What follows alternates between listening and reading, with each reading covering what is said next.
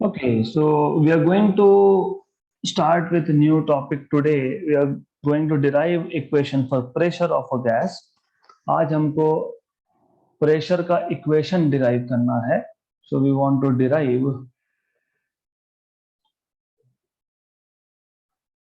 equation for pressure. So derivation for the pressure of gas. For the pressure of gas. By the way, ये topic as I told you yesterday, ये पूरी book का सबसे बड़ा derivation है. And I will derive things in details also. तो आपके जो बुक्स होते हैं स्टैंडर्ड बुक्स उससे थोड़ा अप्रोच अलग है, डिटेल्ड अप्रोच है. तो एक एक स्टेप समझना आपके लिए इम्पोर्टेंट है. तो फर्स्ट ऑफ ऑल प्रेशर का मतलब आपको पता होना चाहिए. You should know what is definition of pressure. As you know, definition is force per unit area. Okay, तो जब किसी भी एक एरिया पे फोर्स लगता है तो यूनिट एरिया पे कितना फोर्स है, दैट इज प्रेशर. अब गैस के केस में प्रेशर कहाँ से आया? तो आपको पता है, जब आप एक क्यूब में मतलब एक वेसल में एक कंटेनर में गैस को एनक्लोज करते हो तो gas molecules are in random motion. We have already seen this in the last 2-3 lectures. तो while they are moving they collide with the walls of container. जब वो कोलिजन होगा मतलब वहां पे फोर्स एक्सर्ट होगा, मतलब मोमेंटम इम्पार्ट होगा, राइट? तो that force per unit area is pressure of gas. So pressure of gas is nothing but force exerted by the gas molecules per unit area on the walls of container. This is what you need to know at the first place, right? And then you should know basic formulas. क्योंकि क्या होता है कि derivation हमको करना है तो उसके लिए अगर हमको बेसिक आइडिया पता है तो then you don't have to memorise anything. आपको याद रखने की जरूरत नहीं होती, वो विथ फ्लो आता है. तो मैं आपको बेसिक्स बता देता हूं कि प्रेशर निकालना है मतलब फोर्स पर यूनिट एरिया निकालना है. Force by definition bye Newton second law is rate of change of momentum. ये दो चीजें अगर आपको पता है तो आपका प्रेशर का इक्वेशन इजीली आप डिराइव कर पाओगे. Okay, so these two things you need to remember. Pressure is force per unit area and force is rate of change of momentum, dp by dt, right? So let us start with derivation. सबसे पहले I will take a cube. So let us take a cube. हम इस cube में gas को enclose करने वाले हैं. So पहले क्यूब ड्रॉ कर लेता हूं.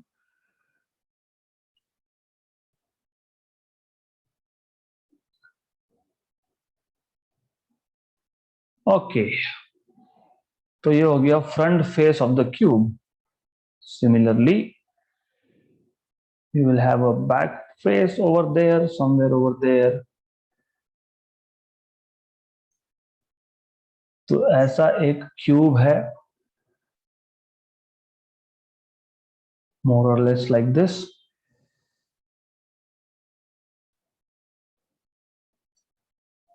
ओके, अब इसमें हम लोग गैस को एनक्लोज करने वाले हैं. But before we do that it is important for us to tell directions. तो मैं एक काम करता हूं, मैं इसको एक्स एक्सिस बोलने वाला हूं. So I am going to call this as X axis. Here I will associate Z axis. तो जस्ट अ मिनट, तो ये आपका आ जाएगा Z axis over here. So this is the direction of, let us say, z axis. ये z axis का direction है. और y axis, तो it's up to you if you want to call axis by different names. I will just take this over here as y axis. So what you need to do is to first associate directions. ये x axis है, यहाँ पे ये y axis है, यहाँ पे ये z axis है. ओके, फिर हम थोड़ा नामकरण कर देते हैं. ये P, Q, then R and then S. मैंने कॉर्नर्स को नाम दे दिया. इसको बोल दूंगा P डैश, Q डैश, इस कॉर्नर को बोल दूंगा R डैश, इसको बोल दूंगा S डैश. रिमेंबर हमको क्या करना था, हमको प्रेशर का इक्वेशन डिराइव करना है. एंड माइंड यू, ये इक्वेशन आपको बहुत जगह पे लगने वाला है, specifically when you talk about competitive exams. तो ये इक्वेशन याद रहना मतलब बहुत कुछ आपको आएगा सॉल्व करने। Now obviously I will fill some mass of gas, मैं इसमें कुछ मास ऑफ गैस डालने वाला हूँ। So and it will be a fixed mass of gas, मतलब मैंने एक बार भर दिया तो भर दिया, I am not adding more gas to it, I am not removing gas from it. तो this cube contains a fixed mass of gas. तो ये कुछ गैस के मॉलिक्यूल्स है। So there are gas molecules over here, they are in random motion, right. As I told you कि एक साथ सब मॉलिक्यूल्स की बात करना थोड़ा सा डिफिकल्ट होता है, तो I can not talk about all the molecules at the same time. तो सिंप्लीफाई करने के लिए जब हम लोग इक्वेशन डिराइव करेंगे तो हम पहले एक ही मॉलिक्यूल की बात कर लेंगे, फिर हम बोलेंगे कि एक मॉलिक्यूल के लिए ऐसा हो रहा है तो बाकी मॉलिक्यूल के लिए भी सेम फिजिक्स अप्लाई होगा। तो what I will do is I will just start with one molecule. Okay, that doesn't mean कि इस क्यूब में एक ही मॉलिक्यूल है गैस का, no, there are many molecules. How many? Let us say n. So n is total number of molecules of gas. So n is number of molecules of gas. And let us say m is mass of each molecule. हर एक molecule का जो mass होगा that's m, mass of each molecule. Let us say the total mass capital M. अभी अगर मेरे पास एक ball है जिसका मास 2 किलोग्राम है, ऐसे मेरे पास 10 बॉल है, तो टोटल मास कितना होगा 10 into 2। I have 10 balls each of mass 2 kg, तो total mass is 10 into 2, right. Similarly मेरे पास n मॉलिक्यूल्स है, हर एक मॉलिक्यूल का मास स्मॉल m है, तो टोटल मास क्या होगा n into m। This is total mass of gas, this is total mass of gas, right. So this basic thing you should know. Now area of each face of cube, आपको पता है cube का हर एक face square होता है। मैं मान लेता हूं L ये साइड का एज का लेंथ है, तो area of each face will be L square. So area of each face of the cube,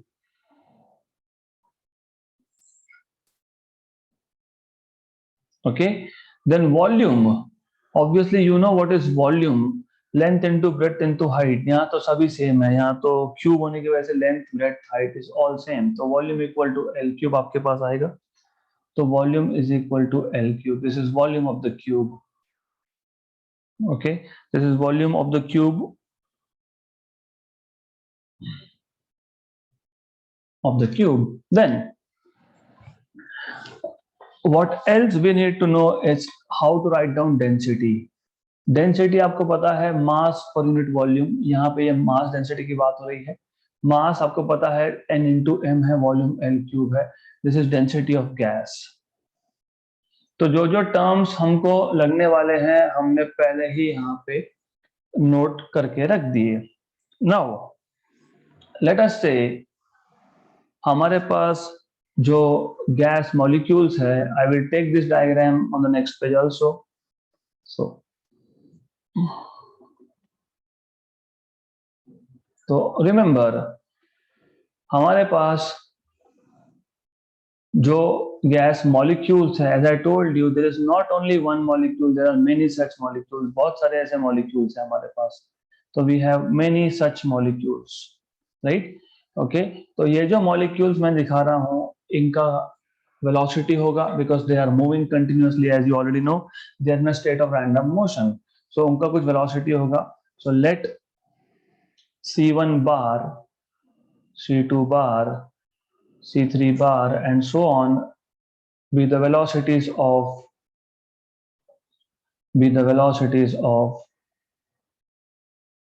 the molecules respectively।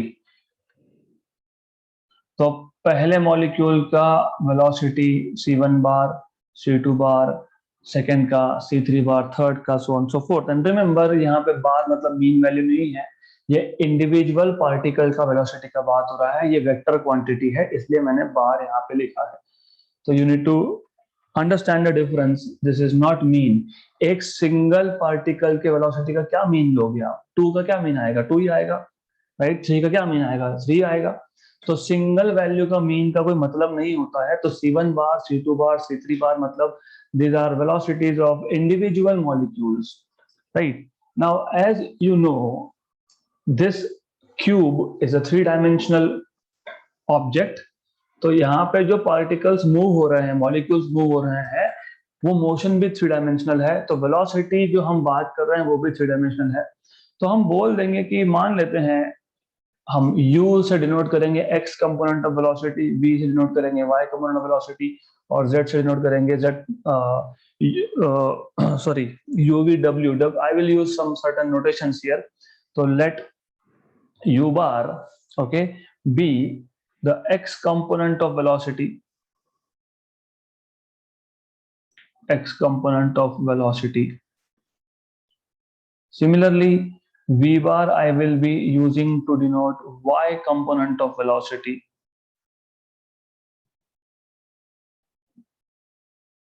So I will be using v bar to denote y component of velocity. Similarly, I will be using w bar for z component of velocity. तो ऐसा क्यों कर रहा हूं? You will have to keep patience. आपको धीरे धीरे समझेगा कि what we are doing and why are we doing like this. So w bar is z component of velocity. Okay, as I told you that it is difficult to talk about all the molecules at the same time. तो हम एक एक करके ही molecule के motion की बात करेंगे. तो at the first place u मतलब x कंपोनेंट, तो u1 बार मतलब x कंपोनेंट ऑफ c1 आ जाएगा. पहले मॉलिक्यूल का जो वेलोसिटी का x कंपोनेंट है, that is u1 bar. Similarly, v1 bar will be y component of c1 bar and w1 will be z component. Okay, so v1 bar will be y component of c1 bar and w1 will be z component of c1 bar. This is what you need to know. And also you need to know basics of vectors. अगर आपको याद होगा 11th standard में आपने vectors सीखा था. अगर हमारे पास एक वेक्टर है, for example r bar is a vector which can be written as rx bar plus ry bar plus rz bar, या फिर इसको आप लिखते हो rx i cap plus ry j cap plus rz k cap, ऐसा भी लिखते हो आप इसको, राइट? तो r वेक्टर का मैग्नीट्यूड कैसा लिखा जाता है? Under root of r x square plus r y square plus r z square. मतलब x कंपोनेंट का स्क्वायर प्लस y कंपोनेंट का स्क्वायर प्लस z कंपोनेंट का स्क्वायर और उसका स्क्वायर रूट. अगर मैं स्क्वायर कर लेता हूं दोनों साइड्स पे, तो मैं यहां से स्क्वायर रूट हटा दूंगा.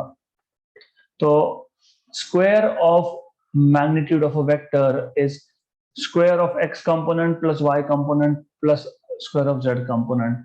तो सिमिलरली आप ऐसा लिख सकते हो c1 स्क्वायर मतलब जो पहले पार्टिकल का वेलोसिटी था उसका square in terms of x, y and z component. मतलब आप लिख सकते हो u1 square plus v1 square plus w1 square. Okay, अगर सेकेंड पार्टिकल की बात कर रहे हो, सेकेंड मॉलिक्यूल की बात कर रहे हो, तो आप लिख सकते हो c2 square equal to u2 square plus v2 square plus w2 square. ऐसे ही अगर आप nth मॉलिक्यूल की बात कर रहे हो तो you can write down un square plus vn square plus wn square. तो you can write down square of velocity in terms of their components x, y and z components. ये क्यों जरूरत है आपको आगे समझेगा. You will understand this very soon. Well, by the way, I will need this diagram over again to explain you how to derive pressure equation. सिर्फ वो याद रखना, मैंने आपको ये सेशन स्टार्ट होते वक्त ही बता दिया था. मैंने ये बताया था कि प्रेशर का फॉर्मूला क्या है, फोर्स बाय एरिया, और फोर्स का फॉर्मूला क्या है, dp by dt, change in momentum upon time, right? तो लेट अस अज्यूम दैट ये जो आपके पास पहला पार्टिकल है जिसका मास m है, हर एक मॉलिक्यूल का मास सेम होगा according to assumptions of kinetic theory of gases. अगर आपको याद है, हमने पहले ही बोला था, अगर गैस दो मॉलिक्यूल है जो सेम गैस के है, जैसे दोनों ऑक्सीजन के हैं तो दोनों का मास सेम होगा। तो जब मैं इस कंटेनर में गैस फिल कर रहा हूं तो एक ही टाइप का गैस है, मतलब सारे के सारे मॉलिक्यूल्स का मास m है, और वो हमने स्पेसिफाई भी किया है। If you see here, m is mass of each molecule. तो कोई भी मॉलिक्यूल ले लो, फर्स्ट ले लो, सेकंड ले लो, थर्ड ले लो, जो भी होगा सबका मास m होगा, स्मॉल m होगा। That is something you need to know. अब मान लो हमारे पास ये जो फर्स्ट मॉलिक्यूल है, it is moving towards side PQRS। तो ये जो है ये टूवर्ड्स PQRS मूव हो रहा है with velocity c1। Okay, so this particular molecule is moving towards side PQRS with velocity c1। Okay, right. और इसका x कंपोनेंट क्या है, u1। तो हमने पहले क्या किया, हमने पहले बोला बहुत सारे मॉलिक्यूल्स है, सब मॉलिक्यूल की एक साथ बात नहीं हो सकती है, तो एक पर्टिकुलर मॉलिक्यूल को टारगेट करो, उसका फिजिक्स क्या है देख लेते हैं। अब हम लोग क्या करने वाले हैं, इस सिंगल मॉलिक्यूल के भी कंपोनेंट्स कर लेंगे, जैसे x component of velocity, y component of velocity, z component of velocity.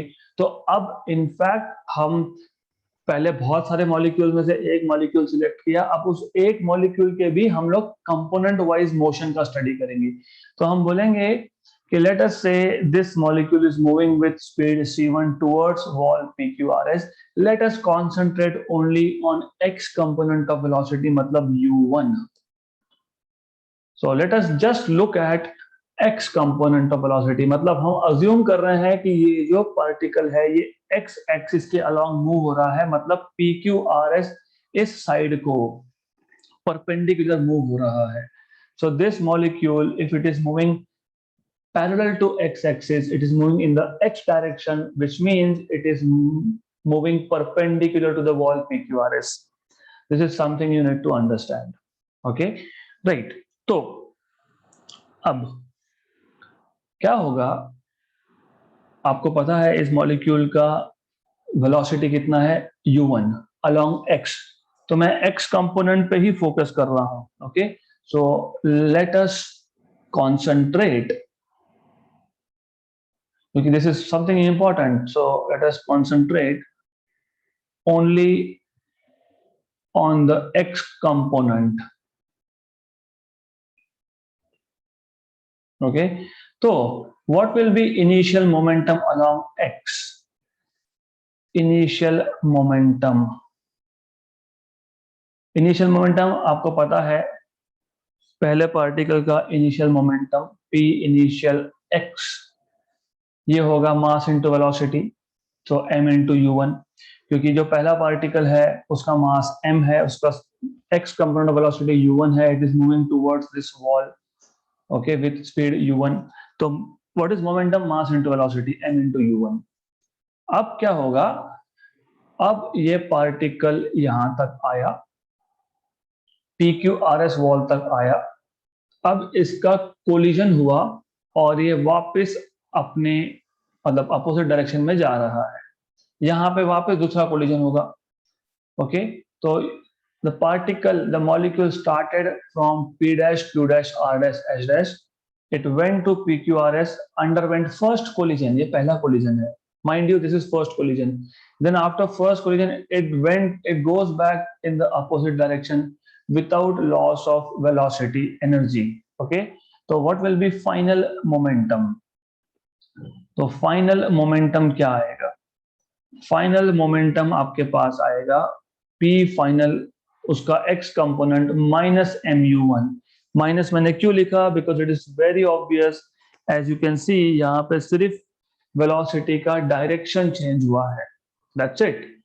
तो p dash, q dash, r dash, s dash wall से स्टार्ट हुआ, PQRS पे गया, एनर्जी का लॉस नहीं हुआ है, इलास्टिक कोलिजन होता है, वापस वो अपोजिट डायरेक्शन में आ रहा है, तो सिर्फ वेलोसिटी का डायरेक्शन चेंज हुआ है, इसलिए हम लोग यहाँ पे माइनस साइन लिखा है हमने।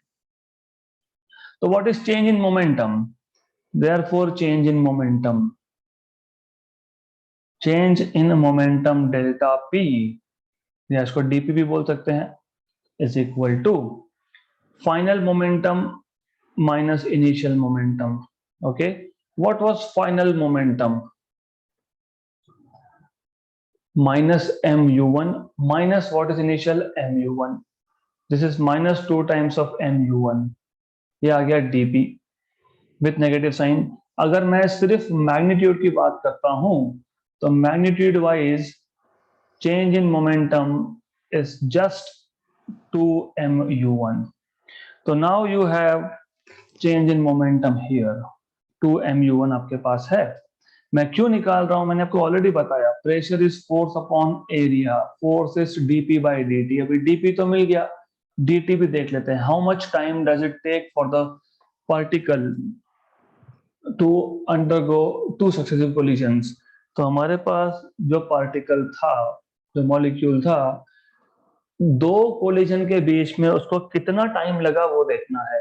तो मैंने जैसे बताया कि P dash Q dash R dash S dash से स्टार्ट हुआ, PQRS पे जाके पहला कोलिजन हुआ, कितना डिस्टेंस कवर किया? L, because side length is L।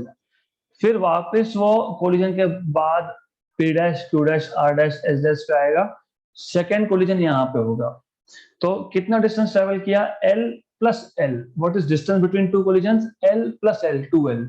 Okay, मैं ऐसा क्यों बता रहा हूं? Because time between 2 successive collisions, between 2 successive collisions is, you know how to find out time. Time is distance upon speed या velocity, जो भी आप बोलो। okay, तो time dt is distance, and distance as I told you is 2L।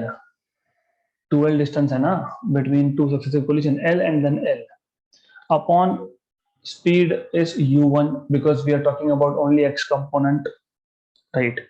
So therefore force, x component of force, x component of force exerted, x component of force due to molecule 1, क्योंकि एक ही molecule की बात हो रही है, due to molecule 1 on side PQRS is, you know how to find out force, dp by dt।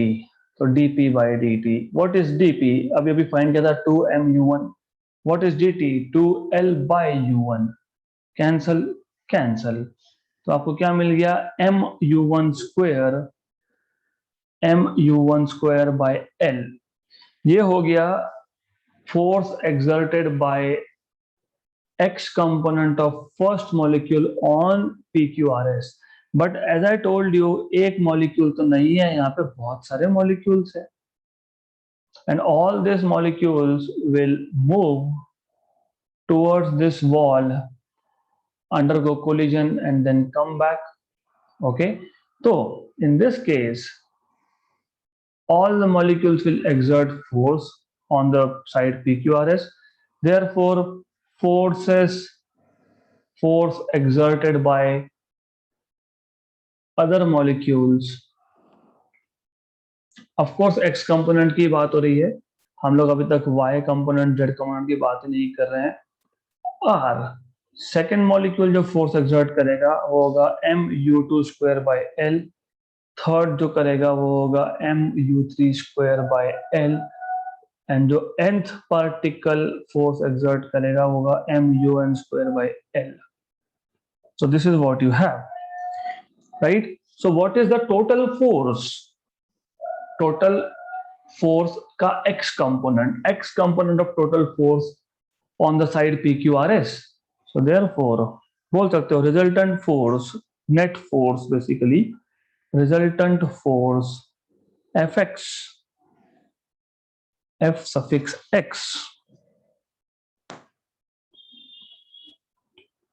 on the wall PQRS is, तो total कैसे निकालोगे?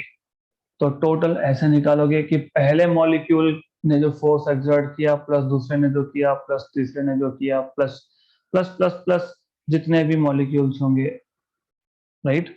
तो इन सबको ऐड करो. As you know this is mu1 square by l plus इसमें भी mu2 square by l, मतलब सब में m बाय l है ही, तो मैं m बाय l को कॉमन निकाल लेता हूं. This is u1 square plus u2 square up to un square, right? Correct, good. तो दिस इज टोटल फोर्स का x component of total force. But अब ऐसा क्यों होगा कि मॉलिक्यूल x डायरेक्शन में ही मूव होगा? ऐसा नहीं होता है. मॉलिक्यूल तो रैंडमली मूव हो रहा है ना? मतलब वो x y z तीनों डायरेक्शन में मूव हो रहा है. सिर्फ सिंप्लिसिटी के लिए हमने बोला था कि चलो पहले x कंपोनेंट की बात करेंगे, फिर हम बोलेंगे चलो y कंपोनेंट की बात करेंगे. तो मॉलिक्यूल फ्रंट फेस से बैक फेस पे गया, कोलिजन करके वापस आया. वैसे ही z कंपोनेंट भी होगा, बॉटम टू टॉप गया, कोलिजन करके वापस सेकंड कोलिजन वापस बॉटम पे हुआ. तो बेसिकली द आइडिया इज कि सिर्फ x कंपोनेंट के फोर्स की बात नहीं हो सकती. We have to talk about all the components. Why? Because this is a state of random motion, और रैंडम मोशन में कोई पर्टिकुलर डायरेक्शन का प्रेफरेंस नहीं होता है कि x में ही मूव होगा, y में ही मूव होगा. तो you have to talk about all the directions. The force exerted by moving particle in all possible directions. So y component of force will be m by l. सिर्फ यहाँ पे velocity का y component जो हमने v से denote किया था, if you remember. You see, हमने क्या बोला था? v denotes y component of velocity. तो यहाँ बोलोगे v1 square plus v2 square plus plus plus plus vn square. Similarly, z component will be m by l w1 square plus w2 square, क्योंकि w was, we are using w for z component, wn square, right? तो कम से कम आपको x, y और z components of forces मिल गए. तो आपको x, y और z component of pressure मिल जाएगा. क्यों? क्योंकि pressure is force upon area. तो आप बोल सकते हो therefore x component of pressure, x component of pressure is given by, as you know, pressure is force upon area. किसका area?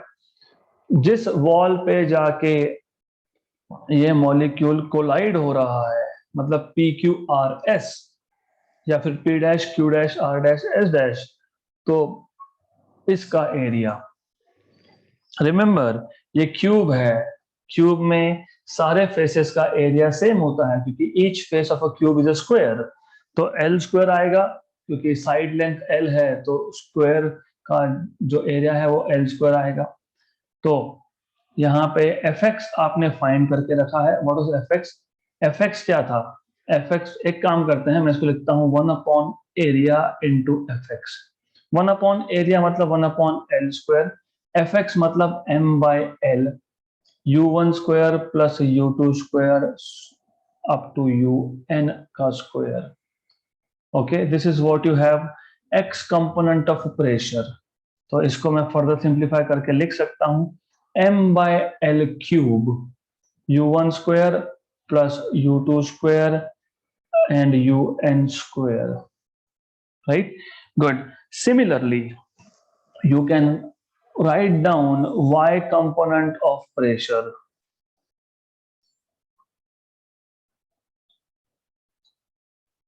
Okay, on the similar lines, exactly same approach रहेगा. So you will write down y component of pressure, और उसमें सिर्फ u की जगह पे आपको v लिखना पड़ेगा. That's it.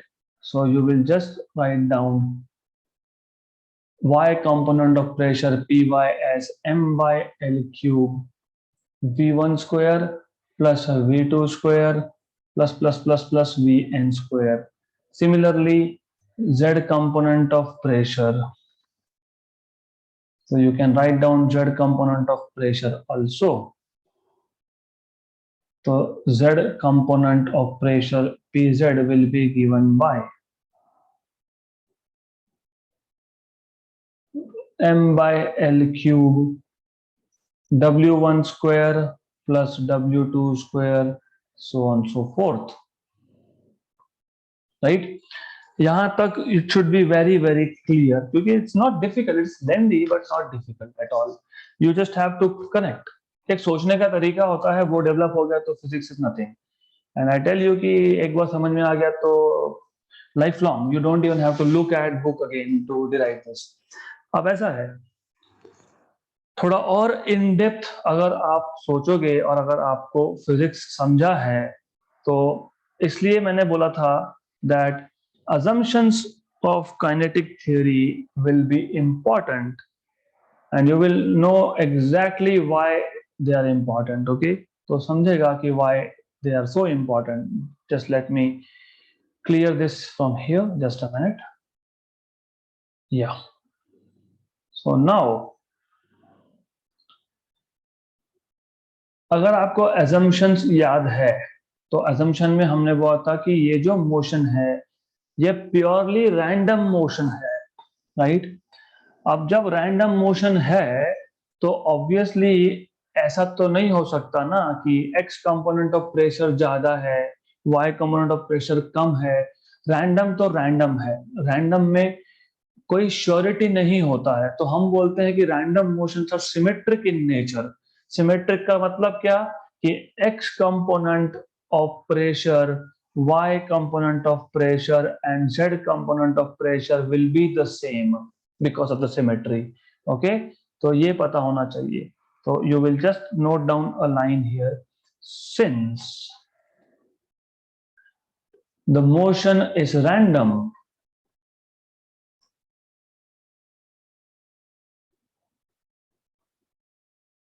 hence you have px equal to py equal to pz. Okay, तो what will be the total pressure then? Total pressure, अभी एक मॉलिक्यूल है जो रैंडमली मूव हो रहा है, वो रैंडमली मूव होते होते एक वॉल के साथ कोलाइड हो गया. तो what will be total pressure? Total pressure will be x component of pressure plus y component of pressure plus z component of pressure. Therefore total pressure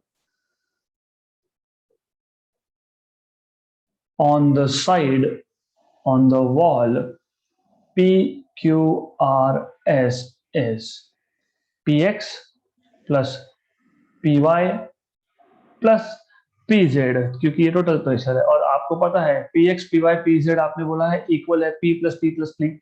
तो p प्लस p मतलब basically you know, so px plus py plus pz, px plus py plus pz is equal to 3p. इसका मतलब total pressure p is px plus py plus pz by 3. Right? अभी px py और pz के equation हमने derive करके रखे हैं. तो what I will do is therefore you will have p equal to 1/3 अलग कर लिया. मैं अभी पहले लिख देता हूं px क्या था? इफ यू रिमेंबर, px था m by l cube u1 square plus u2 square up to un square. py क्या था? m by l cube v1 square plus v2 square plus vn square plus z component क्या था? m by l cube w1 square plus w2 square plus wn square. And mind you, इतना details आपके book में नहीं दिया है तो समझ में नहीं आएगा कौन सा टर्म कहां से आया. तो that is why I have to take this in details. Okay, तो you need this to understand कौन सा टर्म कहां से आ रहा है. तो अभी m by l cube common है, therefore 1/3 m by l cube को निकाल लिया कॉमन. अंदर क्या बचा? अब मैं intentionally I am going to write down in a specific way on intention, तो मैं ऐसा करता हूं, मैं लिखने का पैटर्न एक पर्टिकुलर पैटर्न से लिखता हूं। तो यू सी यहां पे आपके पास है u1 square plus u2 square up to un square plus v1 square plus v2 square up to vn square plus w1 square plus w2 square up to wn square. Okay, but if you remember, अगर आपको याद होगा u1 square plus v1 square plus w1 square ये था c1 square. अगर नहीं याद है तो याद दिला देता हूं मैं आपको। Okay, do you see this thing? u1 square plus v1 square plus w1 square is c1 square. u2 square plus v2 square plus w2 square is c2 square. Square of velocity of first particle plus square of velocity of second particle, so on so forth. तो ये जो term है ये c1 square है, ये जो term है ये c2 स्क्वायर है, ये जो टर्म है ये cn स्क्वायर है। तो आपको लिखना पड़ेगा therefore you have p as 1/3 m by l cube c1 square plus c2 square up to cn square. Okay, so let us call this equation number 1.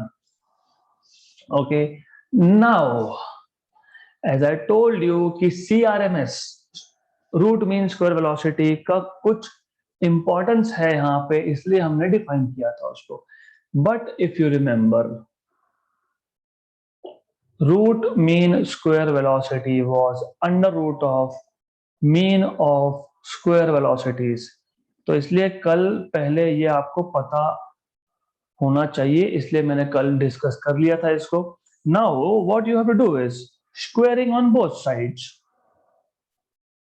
एक काम करो, इसको स्क्वायर कर लो तो आपको मिल जाएगा CRMS का square root mean square velocity का square equal to c1 square plus c2 square up to cn square by n। मतलब आपको मिल जाएगा n times of CRMS square that is equal to c1 square plus c2 square plus up to cn square, equation number 2। अब equation number 2 आप equation number 1 में substitute कर सकते हो। Look, c1 square plus c2 square up to cn square is n times of CRMS square. तो आप लिख सकते हो, अब ये जो टर्म है इसको मैं कॉपी कर लेता हूं, इसमें से ये c1 square plus c2 square plus up to cn square ये आपके पास आ गया n times of CRMS का square, right? But wait a minute, do you remember? This is total mass, this is volume, mass upon volume, that is density. वो भी हमने लिख के रखा है, वो भी हमने लिख के रखा था। कहाँ गया डेंसिटी? डेंसिटी यहाँ गया, n into m by l cube is density। तो ये जो है ये आपके पास डेंसिटी है, therefore P is equal to 1/3 density of gas into CRMS square is nothing but pressure exerted by the gas. So this is how you derive this particular equation, right? So this equation is important, easy, little lengthy. So I will quickly repeat this for you. करना क्या था? करना था हमको pressure का equation derive. We wanted to have equation of pressure of gas. मैं जब of gas बोलता हूं तो मैं टोटल गैस की बात कर रहा हूं, मैं सिंगल मॉलिक्यूल की बात नहीं कर रहा हूं। Here it may lead to confusion. और प्रेशर जब बोलते हो तो प्रेशर ऑफ गैस की बात होती है, प्रेशर ऑफ वन मॉलिक्यूल नहीं होता है, pressure of gas, fixed mass of gas. तो हमने यहाँ पे n नंबर ऑफ मॉलिक्यूल्स है गैस में, ऐसा अज्यूम किया। हर एक मॉलिक्यूल का मास स्मॉल m है, ये अज्यूम किया। तो टोटल मास हो जाएगा number of molecules into mass of each molecule n into m। क्योंकि ये क्यूब है जिसका साइड L है, तो टोटल मतलब area of each face will be L square. Volume of the cube will be L cube. Okay. Then density will be mass upon volume. So density is mass upon volume. Nm by L cube is density.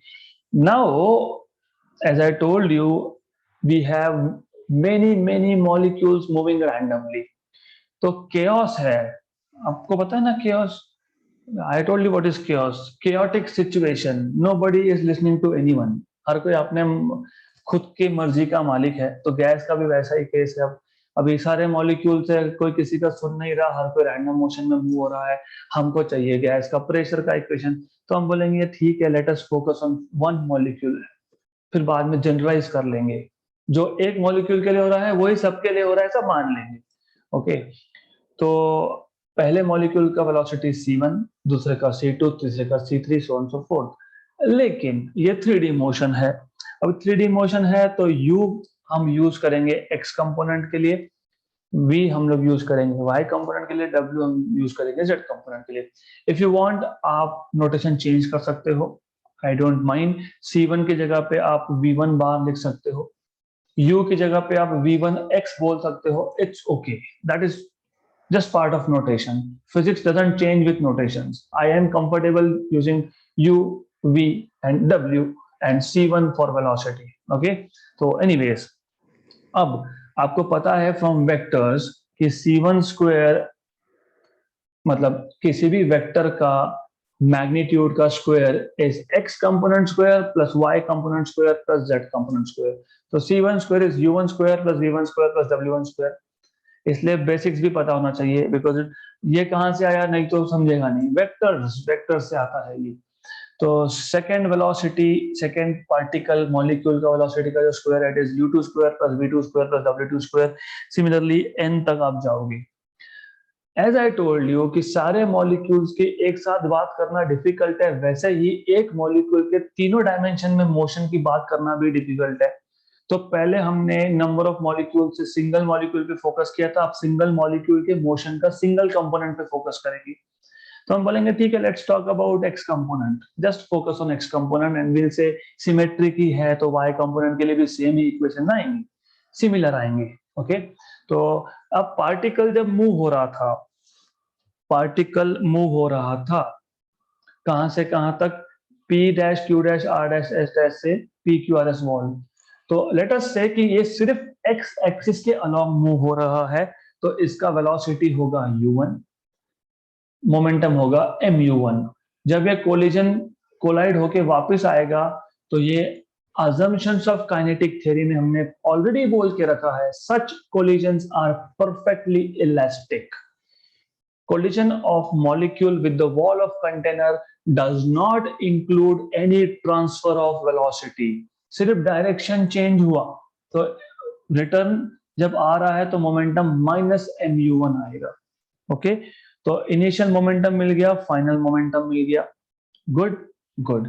तो initial momentum मिल गया, final मिल गया, change in momentum मिल गया. और change in momentum जब मैंने सिर्फ magnitude की बात की तो 2mu1. अब डिस्टेंस बिटवीन, या हमको निकालना है दो कोलिजन का time. What is time? Distance by velocity. What is distance between two collision? Front phase एक फेज से दूसरे फेज पे गया l, पहला कोलिजन हुआ, फिर यहां से वापस आया और l, तो दो सक्सेसिव कोलिजन के बीच में, वॉल टू वॉल कोलिजन के बीच में 2l डिस्टेंस कवर हुआ. 2l बाय वेलोसिटी, तो 2l बाय u1. ओके. तो what is force? By definition Newton second law, dp by dt. तो 2mu1 upon this time is 2l by u1. तो आपको मिल गया x component of force due to first particle is mu1 square by l. लेकिन एक particle था क्या? वो तो हमने सिंप्लीफाई करने के लिए बोला था. पार्टिकल तो सारे ही है, मॉलिक्यूल तो सारे ही है.